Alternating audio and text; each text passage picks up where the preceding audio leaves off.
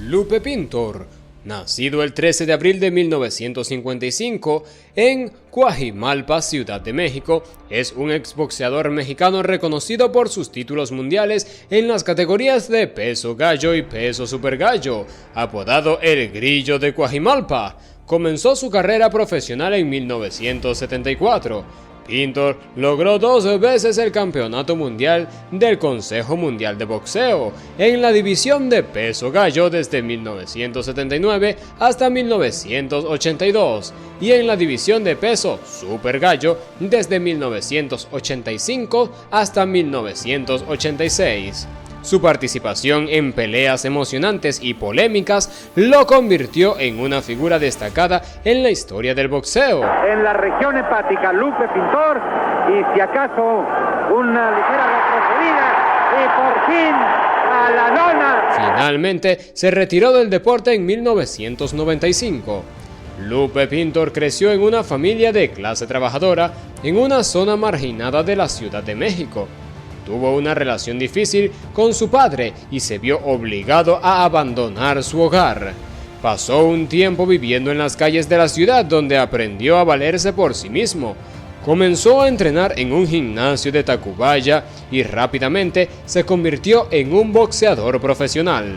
Después de algunas victorias iniciales, experimentó su primera derrota por descalificación en una pelea contra Margarito Lozano. Sin embargo, luego logró una impresionante racha de 8 victorias consecutivas, 7 de ellas por nocaut durante ese periodo. Derrotó a destacados boxeadores como Juan Díaz, Rocky Mijares y Willie Jespen. En 1976, Pintor se enfrentó por primera vez al futuro campeón mundial Alberto Dávila, pero perdió por decisión. Professional fighters, Lupe Pintor, the champion Alberto Davila, who have given a great dose of dignity to their profession tonight. En 10 asaltos. A pesar de esa derrota, logró una racha de 22 victorias consecutivas. Durante ese tiempo, derrotó a boxeadores como Gerald Hayes, quien posteriormente venció a Juan Laporte, y Antonio Becerra, el único boxeador que logró derrotar a Salvador Sánchez. Y dominando a Pintor, que sin embargo, sin especular, sin trabar, intentaba contestar desde el encordado. Después de experimentar algunas derrotas en Puerto Rico y México, Lupe Pintor logró una racha de victorias por knockouts que brindaron una nueva oportunidad por el título mundial.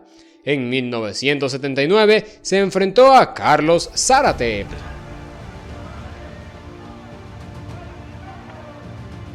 No ha habido mayor acción en lo que va de la pelea. Están en el centro del ring. Se tienen, parece, mucho respeto. Otro destacado boxeador mexicano.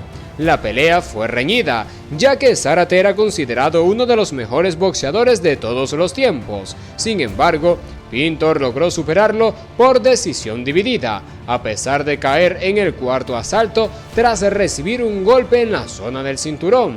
Esta pelea ha sido objeto de controversia a lo largo de años, y la relación entre Pintor y Zárate se vio afectada, llevando al retiro de Zárate del boxeo. Pintor se convirtió en un campeón activo y participó en 3 peleas sin título en juego en 1979. Ganó por nocaut en el primer asalto contra Ausencio Meléndez. Se vengó de su derrota anterior contra José Luis Soto, pero perdió en una revancha contra Manuel Vázquez por nocaut en el 6º asalto. A partir de 1980, Pintor comenzó a defender su título. Retuvo el campeonato al vencer por nocaut en el 12º asalto a Alberto Sandoval.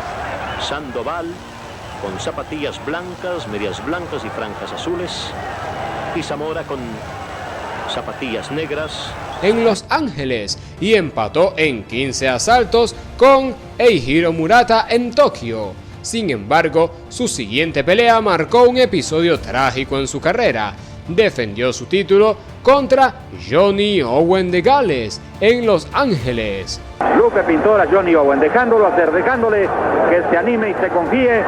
lo ha llevado mitad con golpes y mitad cargando Johnny Owen hasta la otra esquina. Aunque muchos creen que la pelea debió detenerse en el 10º asalto, continuó hasta el 12º, cuando Pintor lanzó un poderoso golpe de derecha que dejó a Owen fuera del combate. Desafortunadamente, Owen no pudo recuperarse y cayó en coma. Le hundió materialmente el guante en la región hepática Lupe Pintor y si acaso una ligera retrocedida y por fin a la lona. Falleciendo 7 semanas después. A pesar de la tristeza que esto le causó, Pintor decidió continuar con su carrera y buscar vengar su derrota ante Alberto Dávila. Logró retener su título por decisión unánime. En 1981 defendió nuevamente el cinturón contra José Uciga, ganando por decisión, y contra Jovito Rengifo, a quien venció por nocaut en 8 asaltos. Para cerrar el año, derrotó a Hurricane Teru por nocaut en el último asalto. En 1982 comenzó defendiendo su título contra Seung-Hoon Lee.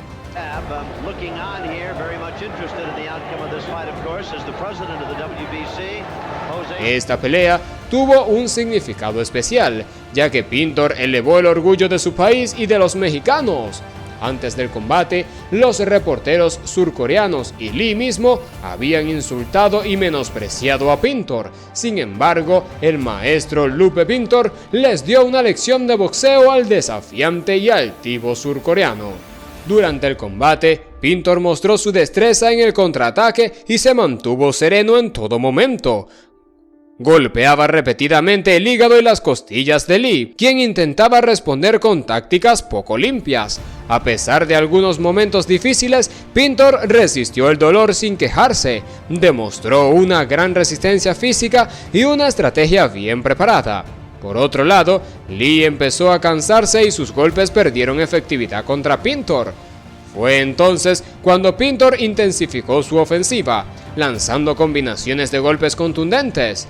Lee se encontraba en un estado lamentable y finalmente el árbitro detuvo la pelea, otorgando la victoria a Pintor. Este enfrentamiento trascendió el ámbito del boxeo.